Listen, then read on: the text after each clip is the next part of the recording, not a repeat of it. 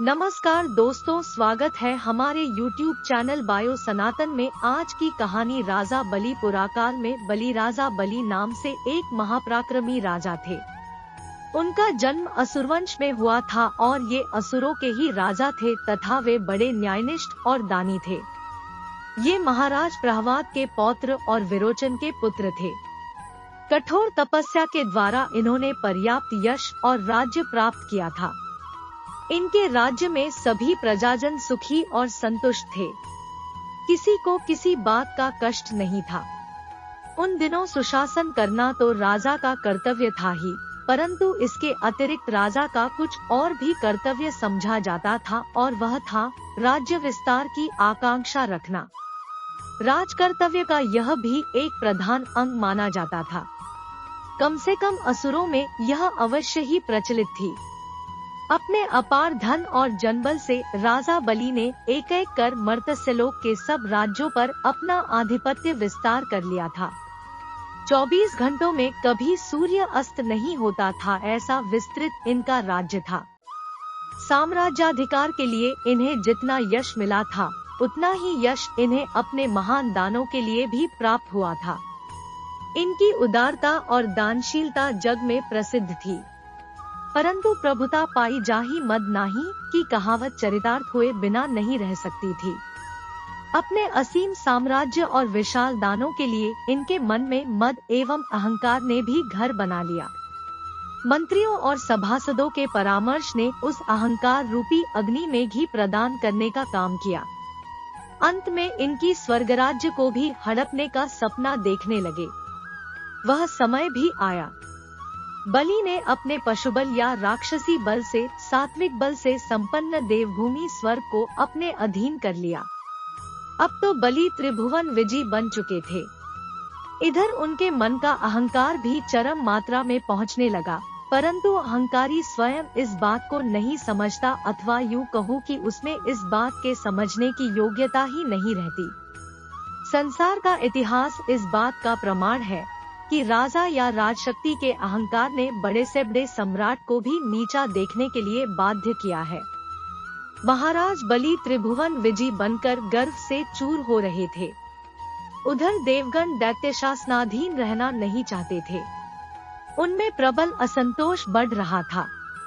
उन्होंने भगवान से प्रार्थना की कि वे बलि के इस बढ़े हुए गर्व को चूर करें।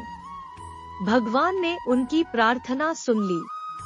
दैत्य दर्प दलन करने के लिए भगवान विष्णु कश्यप ऋषि के औरस और अदिति के गर्भ से वामन रूप में पृथ्वी पर अवतरित हुए। कुछ काल बाद दैत्य राज बलि ने अपनी विजय के उपलक्ष्य में एक महान यज्ञ के अनुष्ठान का आयोजन किया। बौने ब्राह्मण के रूप में भगवान भी वहां पहुँचे। सब ब्राह्मणों की तरह उस बौने ब्राह्मण का भी महाराज बलि के दरबार में आदर सत्कार किया गया। सब लोगों को मुंह मांगी वस्तुएं दान में दे दी गई। पूर्ण मनोरथ होकर सब लोग अपने स्थान को जाने लगे।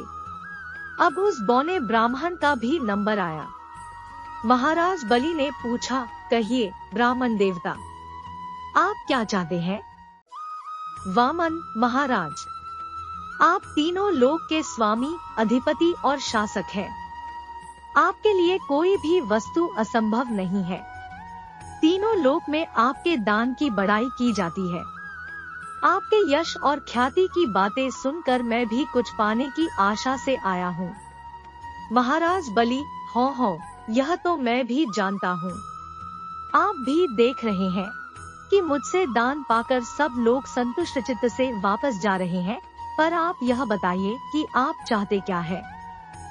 वामन, महाराज, मैं जो कुछ मांगूंगा क्या आप उसे देंगे? क्या मुझ बौने की अभिलाषा आप पूरी करेंगे? यदि आप मेरा मनोरथ पूर्ण करने का वचन दें तो मैं कहूँ, बलि, मैं प्रतिज्ञा करता हूँ ब्राह्मण देवा कि आप जो कुछ मांगेंगे वही दूंगा। वामन, हाँ, देंगे? बलि कह तो चुका सब, और आप क्या कहलाना चाहते हैं? मैं एक बार जो प्रतिज्ञा कर लेता हूँ उसे कभी नहीं टालता।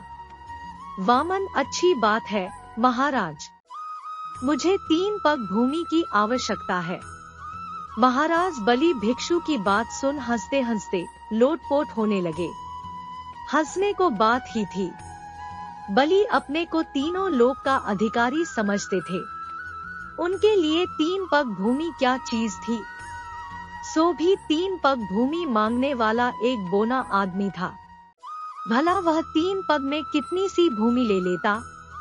यही सोचकर महाराज बलि अपने पारिषदों सहित जोर जोर से पेट भर हंस लेने के बाद बोले, ब्राह्मण देवता, इसी के लिए आप इतनी प्रतिज्ञा करा रहे थे। जाइए, जहां आपकी इच्छा हो 3 पग भूमि नाप लीजिए।